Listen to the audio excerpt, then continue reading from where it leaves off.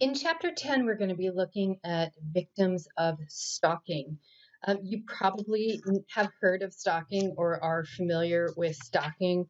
It is technically defined as a pattern of conduct in which one person inflicts on another repeated unwanted intrusions and communication to the extent that the victim fears for his or her own safety.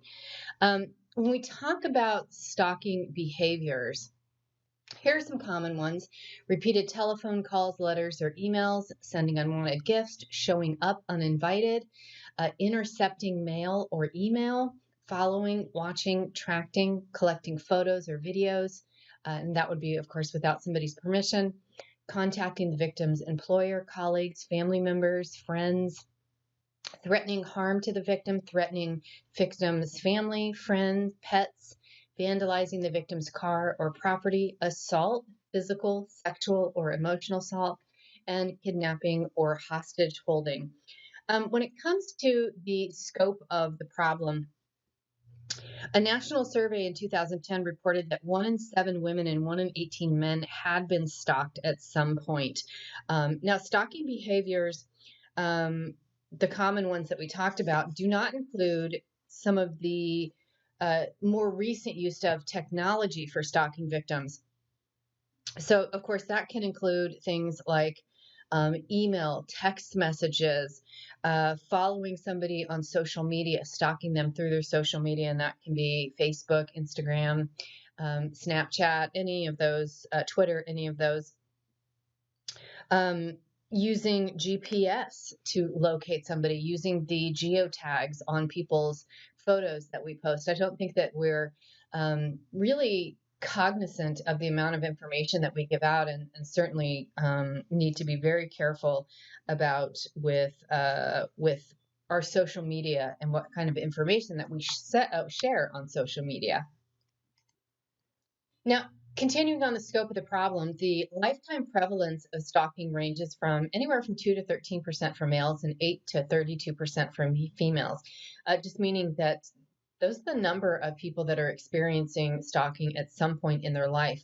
The vast majority of victims of stalking are female. You can see that 60 to 80% of reported cases are female, and the vast majority are also young, in their 20s or even teens. Stalking is most likely to emerge from a pre-existing relationship. In most studies, around 79% of victims know somehow or had a previous relationship with the person that is stalking them. And about half of all stalking situations emerge from some type of romantic relationship, dating relationship, previous usually. Physical violence is reported in about 32% of cases, and sexual violence is reported in 12% of cases. So this is not something to be taken lightly. That somebody's just sending you harassing emails or leaving notes on your car. This can actually escalate in a lot of cases. Now, when it comes to stalking laws, we didn't have any stalking laws up until 1990. California was the first state to pass an anti-stalking law, and it was in response to the case of Rebecca Schaefer, who is mentioned in this chapter. Rebecca Schaefer was an actress who had who had been stalked by a fan for quite a while. He ended up finding out where she lived, came to her house, and killed her. And after that, we had the first anti-stalking law that was passed in 1990. All states now have anti-stalking laws. Stalking laws generally cover repeated behavior following or harassing an individual. And of course, now we can use any type of electronic communication as proof. A lot of times police are reluctant unless somebody has really been threatened. But I think that we now understand, now that we kind of have had, this number of years with stalking since the 1990s, understand how it can escalate, and more and more law enforcement agencies and prosecutors are taking this behavior really seriously. Now, over the years, there have been a lot of typologies that have been created to kind of explain stalking behavior. several authors have attempted to create typologies based on some dimension, usually the psychology, the psychological characteristics of the offender, and then often the relationship between the victim and the perpetrator. So some examples include things like a fan seeking to develop a relationship with a celebrity. These are actually statistically rare, and these types of stalking incidents usually involve some type of mental health issue. But then we also have one that's a little bit more common, and that is an abusive ex-husband or partner with a mixture of a desire to reconcile with that person or anger towards that person. So we're really looking at kind of the motivation behind the behavior when we look at typologies, whether or not there are mental health issues, and the relationship between the victim and the offender.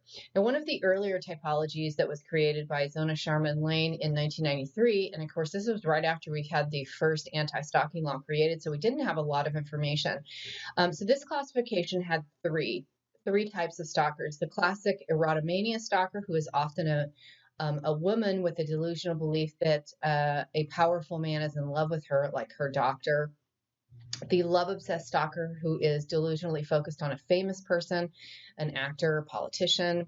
The Rebecca Schaefer case would fall under that category that happened a few years previous to this typology being created, and the simple obsession stalker, who stalks a former partner with intense resentment or a desire to reconcile. Now, that was very early on, and since that time, we've certainly learned more about different types of stalking behaviors. So another typology that was created in 1999 by Mullen, Pathé, Purcell, and Stewart has the rejected stalker. This is somebody who's motivated by a mixture of revenge and a desire to reconcile after a failed relationship. So there is a former relationship between the victim and the offender here. The intimacy-seeking stalker, who often has erotomanic delusions, they typically don't know personally the victim, or it's a casual acquaintance. The incompetent stalker, who may be intellectually or socially limited, so there's usually some type of mental health issue going on. The resentful stalker, who seeks to frighten and distress the victim. This is usually there's some type of relationship here, or acquaintance at least. And then the predatory stalker, who is preparing for a sexual attack. Of course, this is the one that we would worry about the most, because this is the category where we're most likely to have some type of injurious behavior.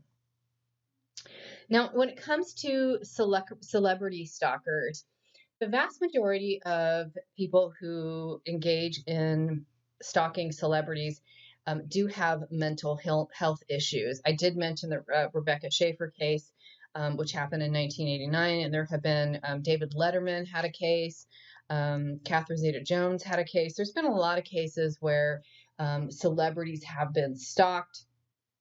They usually the offender usually has kind of an obsessive love.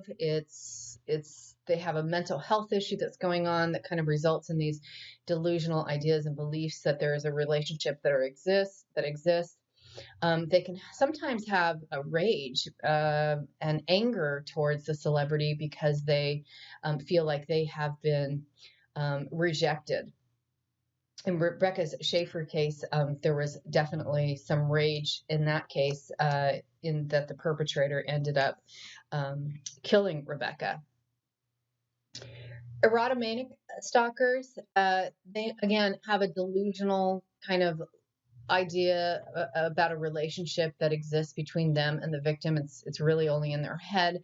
Believe that a person of higher social stature is passionately in love with him or her, but that this person is restricted from expressing that love because of external constraints. This is definitely one where there are probably some mental health issues going on. And a lot of mental health professionals have actually been stalked by their either current or former patients. And that's probably due to something called transference that happens sometimes in therapy, where where feelings are transferred onto a therapist. Stalking of an intimate as an extension of intimate partner violence.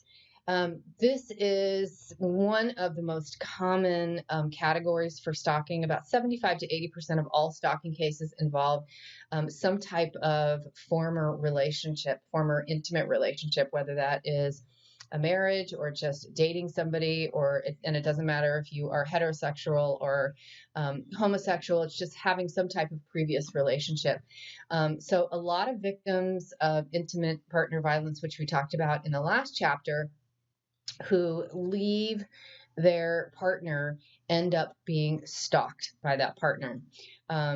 Feelings of rejection by the batterer often turn to rage and a need for revenge. Marital separation is a factor that elevates the rate of spousal homicide for women. We talked about that in the last chapter. And in those cases, most of those women have been stalked. Domestic violence stalking is often open in nature. The stalker believes that they are justified, that they have the right, that they were in a relationship, that they were married, that they lived together, that gives them somehow the right to stalk their victim. Sexually sadistic stalkers. This is probably the most distressing type of stalker, even though it's not the most common, but statistically rare. But they're usually stalking somebody because they want to victimize them. So this might be stalking behavior of somebody that they plan on sexually assaulting, finding out, where they work, where they live, when they're home, who else is going to be in the house. If you think of the case recently of the Golden State Killer, if you listen to some of his earlier crimes, he was stalking women to see, who lived alone, when they were home, when other people were more likely to be in the house. Sometimes he broke into the houses before he actually brutalized them. And there have been other instances of that as well. But he's an example of somebody that, at least with his early cases, that he was stalking his victims before he actually victimized them. Now, when it comes to the effects of stalking on victims, people that have been stalked can feel like they are under siege, that they don't know who is watching them sometimes. So that can manifest in a lot of fear, anxiety, apprehension, not feeling like you're safe in your own home, not feeling like you're safe at work or you're out with your friends. You don't know who's watching you. You don't know who's texting you. You don't know who's behind the profile on social media. It can lead to, kind of some paranoia.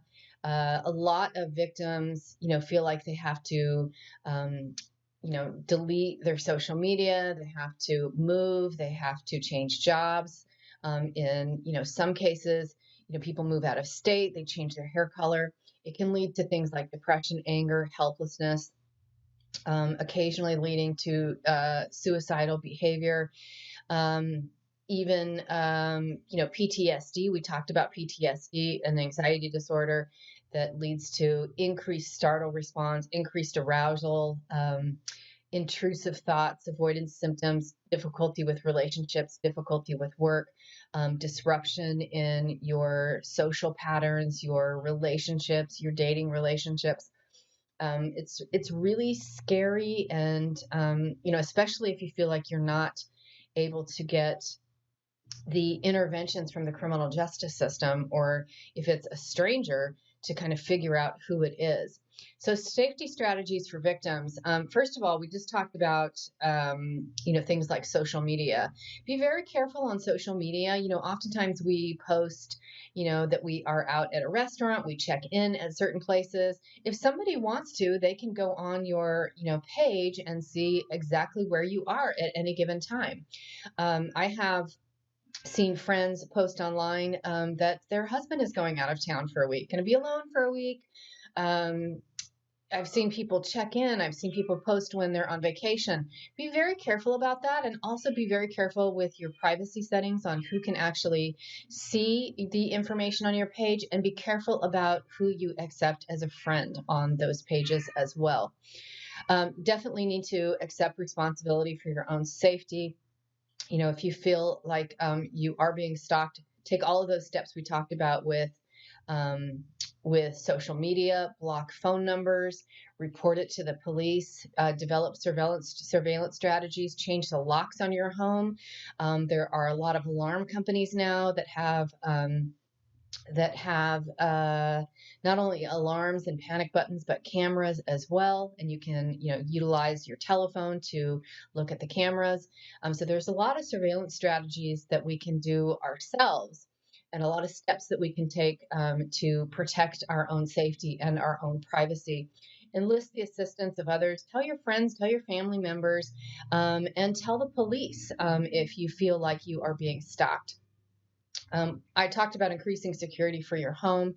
For your work, you might want to, tell your boss at work if you feel like you're being stalked. Make sure somebody's walking you to your car, especially if it's dark. You might not want to, travel alone. Make sure that you have somebody going with you. Don't post that you are traveling somewhere. You definitely want to document any incidents, to keep any evidence. So if you do have text messages, don't just delete them. Take screenshots of them. Make sure you have the phone number. If somebody is sending you threatening messages over social media, make sure you retain those. Messenger, keep those. You can download that information on Messenger, and all your other information on Facebook, and then print that out. Avoid contact and never initiate contact with somebody that is stalking you. You can get protection orders and restraining orders if you know who the stalker is, and if it is really serious and you feel like your safety is threatened, you can, unfortunately, you might have to relocate, stay in a shelter, stay with family or friends. You may have to switch jobs. I mean, you might have to take a lot of steps to avoid. You know, to avoid stalking and leading to injurious behavior. I have an interesting personal experience with this. I had somebody that was working on my house a few years ago. And at the time we were putting that house up for sale, and he showed like a bizarre kind of interest in me, even though my husband was in the house. And when we moved to our new house, my husband really liked his work. So my husband hired him to do some work on our new house. Which was fine. But my husband was at work all the time, so I was kind of alone with him. And again, he was just showing a weird interest in me. And my husband was actually going out of town for a month. And this guy knew that my husband was going out of town for a month. And so he would call me.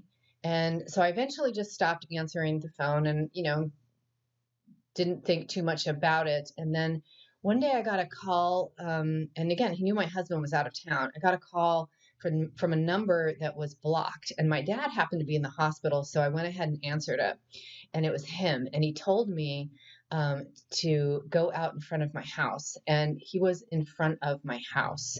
And again, he knew that I was home alone, and well, actually, he told me to go look in my mailbox. And so I went out front to look in my mailbox, and he was out in front of my house. And I had to ask my husband to come home from his trip early. And I told the guy my husband was coming home that day, and he never contacted me again. But it was a little bit scary to be alone in the house and to have somebody know that I was alone, and to be, bothering me all day. And to show up at my house was really kind of scary. But, it can happen to anybody. And I'm older, so it's least likely to happen to me. But that just shows that it can happen to anybody at any age. Now, when it comes to treating stalkers, highly challenging. A lot of pessimism because we have a lot of domestic violence here, and we talked about treatment of people that engage in domestic violence. Definitely when we talk about delusional stalkers, especially those that are the ones that stalk famous people or politicians or that have kind of those delusional beliefs about relationships that don't exist, they are best treated with psychotherapy and maybe psychotropic medications because they usually have serious mental health issues. In rare cases with delusional stalkers and those who have mental health issues, they might need to be involuntarily committed and treated until the probability of risking others is lowered. When it comes to predatory or sexually sadistic stalkers and those who are engaging in really threatening behavior from domestic violence relationships, probably best that the criminal justice deals with them.